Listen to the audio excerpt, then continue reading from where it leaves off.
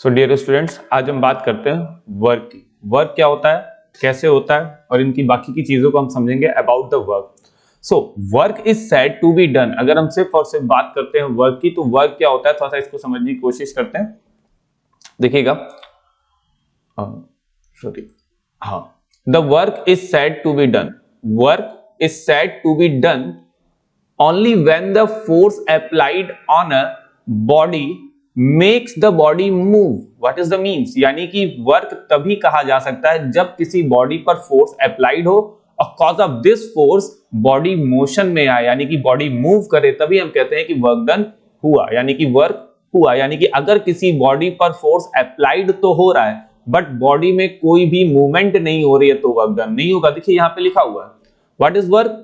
So work is the product of the component of the force in the direction of the displacement and यहां पे देखिए क्या लिखा है, the magnitude of this displacement, यानी कि displacement की वैल्यू।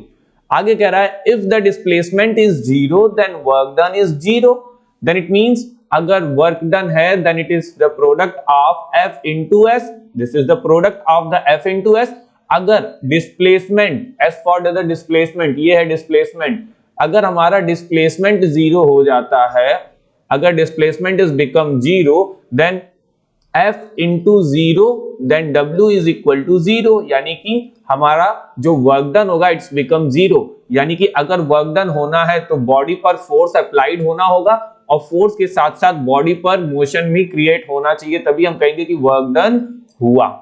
Is that clear? अब देखिएगा यहां एक एग्जांपल दे रहा है, देयर इज ए वॉल, ये एक वॉल है और ये एक पर्सन है। ये पर्सन इस वॉल पर इस डायरेक्शन में एक फोर्स अप्लाइड कर रहा है, दैट इज द फोर्स, ठीक है। But there is no motion, there is no motion of wall, ठीक है। वॉल पर कोई भी मोशन नहीं होगा, वॉल अपनी जगह पर ऐसे ही रहेगी, वॉल में कोई मोशन नहीं होगा। If there is no motion, there is no displacement of wall, then work done is equal to F into S, which is equal to F into 0, which is equal to 0. So the work done is become 0. Is that clear? So हम कह सकते हैं कि work done होने के लिए पहले दो चीजों की जरूरत होती है। The first one is force and the second one is displacement. हमें इन दोनों की जरूरत होगी, क्योंकि अगर इन दोनों में से कोई भी चीज एब्सेंट है तो हम वर्क को नहीं फाइंड कर पाएंगे। Is that clear? नेक्स्ट, अब हमारे पास फॉर्मूला भी है, work is equal to the force into displacement. Work is equal to force into displacement. Displacement को कैपिटल लेटर एस से दिखाते हैं। कभी कभी हमारे पास एक फॉर्मूला आता है F S cos theta. F S cos theta ये कैसे आता है, थोड़ा सा इसको समझने की कोशिश करते हैं। हमारे पास एफ एस कॉस थीटा कैसे आता है, देखिएगा। मान लीजिए हमारे पास, सॉरी,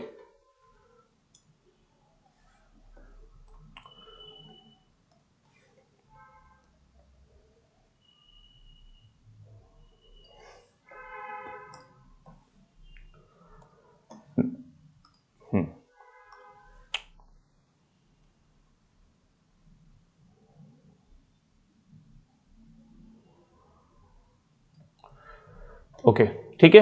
अभी देखिएगा,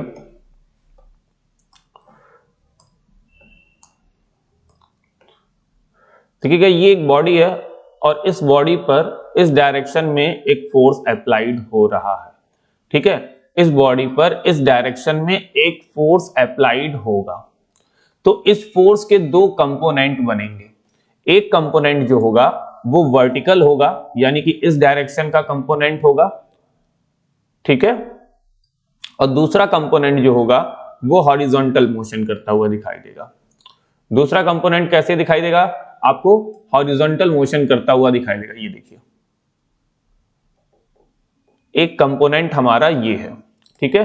तो यहां पर हमें दो कंपोनेंट मिल रहे हैं, ये फोर्स अप्लाइड फोर्स है और ये अप्लाइड फोर्स की लाइन है, और ये अप्लाइड फोर्स के लिए दो कंपोनेंट मिलेंगे। पहला कंपोनेंट ये होगा और दूसरा कंपोनेंट ये होगा। इन केस हम मानते हैं कि इस बॉडी का मोशन हॉरिजॉन्टल लाइन पर हो रहा है, तो यहां पर फोर्स का और फोर्स के कंपोनेंट, हॉरिजॉन्टल कंपोनेंट के बीच का एंगल है थीटा। क्या है? थीटा। हम इस लाइन को ऐसे ज्वाइन करते हैं, यहां पर 90 डिग्री का एंगल बनता है। अब देखिएगा हम लोग क्या लिखते हैं, कि अगर हमें इस लाइन को फाइंड करना है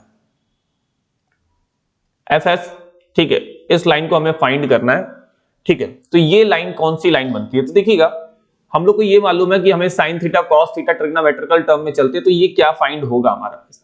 तो अगर हमको थीटा कॉस थीटा निकालते हैं तो cos theta is equal to क्या आता है? Cos theta is equal to base upon hypotenuse. So that is the base and that is the hypotenuse. ठीक है, cos theta is equal to base upon hypotenuse, ये हमको मालूम है. तो कहीं ना कहीं ये जो बेस अपॉन हाइपोटेनस है, क्यों? फोर्स तो इस डायरेक्शन में लग रहा है और बॉडी का मूवमेंट इस बेस की डायरेक्शन में हो रहा है, ठीक है, इसलिए हम क्या लेते हैं? cos थीटा लेते हैं. क्या लेते हैं? cos थीटा लेते हैं. ठीक है, आगे देखिएगा, आगे मैं आपको बताते हुए चलूं. अब देखिएगा फोर्स यहां लग रहा है, तो work done is equal to क्या आएगा? F इंटू, तो इस कंपोनेंट का नाम आ जाएगा cos थीटा. इस डायरेक्शन में जो डिस्प्लेसमेंट होगा वो cos थीटा का, ठीक है. तो अभी ये फोर्स का कंपोनेंट देखते हैं कि ये तो डिस्प्लेसमेंट तो S होगी, इसमें डिस्प्लेसमेंट कितनी हो रही है? S. तो अब ये जो फोर्स यहां अप्लाई हो रहा है, तो हॉरिजॉन्टल पर कितना फोर्स अप्लाइड हम मानेंगे? हॉरिजॉन्टल पे हम मानेंगे कि हमारा cos थीटा का फोर्स अप्लाइड हुआ, F इंटू कॉस थीटा, ये हमारा कॉस थीटा हुआ, और into displacement, then W is equal to F S cos theta. ये हमारे पास फॉर्मूला आ जाता है यहां से, ठीक है, क्योंकि यहां पर हमारे फोर्स के दो कंपोनेंट बनते हैं. ये कॉस थीटा का कंपोनेंट बनेगा तो ये साइन थीटा का कंपोनेंट बनता है, ठीक है, ये कॉस थीटा का कंपोनेंट बनता है. तो फोर्स का पहला कंपोनेंट, फोर्स को F इंटू कॉस थीटा और into displacement, so W is equal to F S cos theta. ठीक है, इस तरीके से हमें एफ एस कॉस थीटा का फॉर्मूला मिलता है. अब इसके कुछ स्पेशल केसेस की बात कर लेते हैं. सबसे पहले बात करते हैं इनके कुछ स्पेशल केसेस की. First case, if the displacement is in the direction of the force, then theta is equal to 0 degree, then cos 0 degree is equal to 1. देखिएगा, मान लीजिए ये बॉडी है, इस डायरेक्शन पर बॉडी का पे फोर्स अप्लाइड हो रहा है. इस बॉडी की पोजीशन थी A, ये बॉडी पोजीशन B तक पहुंची, तो इसने कुछ डिस्टेंस कवर की, ठीक है, यानी कि इस बार बॉडी पर फोर्स की डायरेक्शन में ही, फोर्स की ये डायरेक्शन है और फोर्स की डायरेक्शन में ही डिस्प्लेसमेंट हुआ, तो फोर्स की लाइन और डायरेक्शन की लाइन कोलिनियर होगी, तो इनके बीच में जो एंगल आएगा वो कितने डिग्री का आ जाएगा बच्चा? 0 डिग्री का आ जाएगा. तो यहां पर हम लोग क्या लिखते हैं, और यहां पे cos 0 degree is equal to 1 आएगा. तो देखिएगा work done is equal to F into cos theta, में मालूम है F into S into cos theta, then work done is equal to F into S और इंटू कॉस थीटा का मतलब क्या हो गया? cos 0 degree. So cos 0 degree की वैल्यू कितनी है? 1. So W is equal to F into S और इंटू 1. तो जब मैं 1 से मल्टीप्लाई करूंगा, then W is equal to क्या आ जाएगा बेटा? FS. यहां पर ये जो वर्क डन होगा ये मैक्सिमम वर्क डन होगा. ये कैसा वर्क डन होगा? मैक्सिमम वर्क डन होता है. ये मैक्सिमम वर्क डन होता है, और साथ ही साथ ये पॉजिटिव वर्क डन भी कहलाता है. क्या कहलाता है बेटा? पॉजिटिव वर्क डन भी कहते हैं इसे हम, ठीक है. क्यों? क्योंकि यहां पर जो बॉडी मोशन कर रही होती है point A two point B, ये is in the direction of force motion कर रही होती है. So that is the first case. Okay, now अब हम बात कर लेते हैं सेकंड केस की. चलो सेकंड केस जाने से पहले हम इसका एक एग्जांपल समझते हैं. देखिएगा क्या कह रहा है. in a free ball of body of mass m under the gravity through a height of h a to b. मान लेते हैं बॉल की ये पोजीशन क्या है बेटा? ये पोजीशन है बॉल की A और ये है पोजीशन बॉल की B और इसकी एक हाइट है h. इस बॉडी का मास जो है, ठीक है, इस बॉडी का एक वेट होगा दैट इज mg और इसी वेट को हम लोग फोर्स बोल देते हैं that is equal to force. तो अब देखिएगा कह रहा है the force of gravity F is equal to mg. F is equal to mg. The force of gravity is in the direction of the displacement S is equal to h.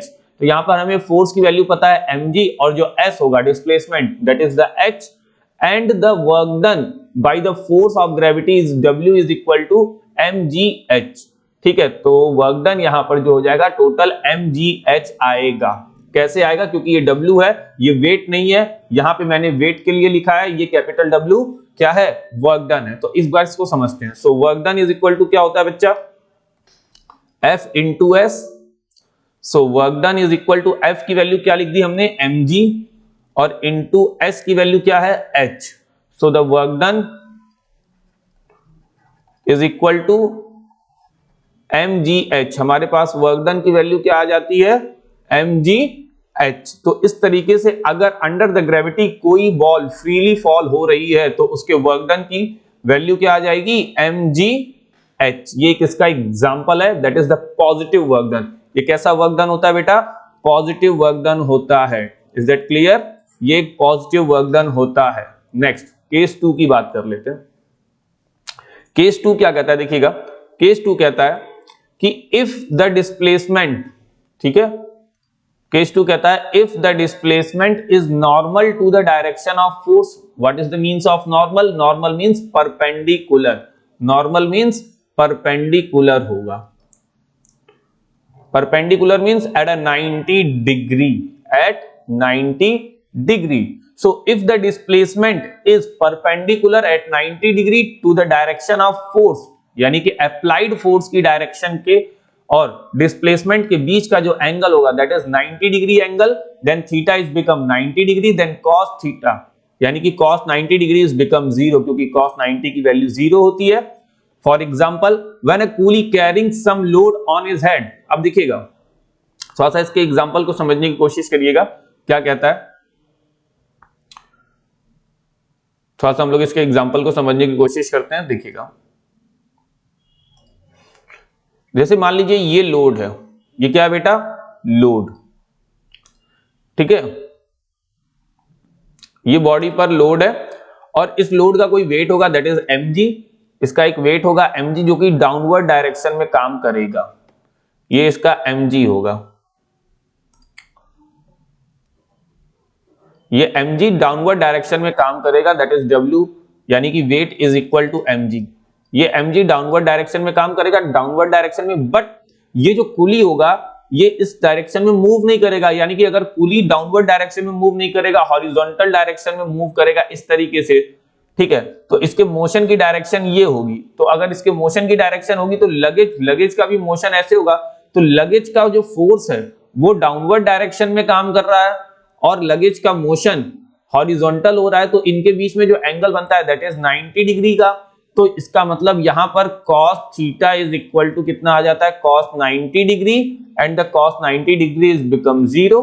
तो हम लोग यहां पे थोड़ा सा ड्राइव करते हैं। W is equal to F into S और into cos theta which is equal to Fs cos 90 degree which is equal to Fs into 0।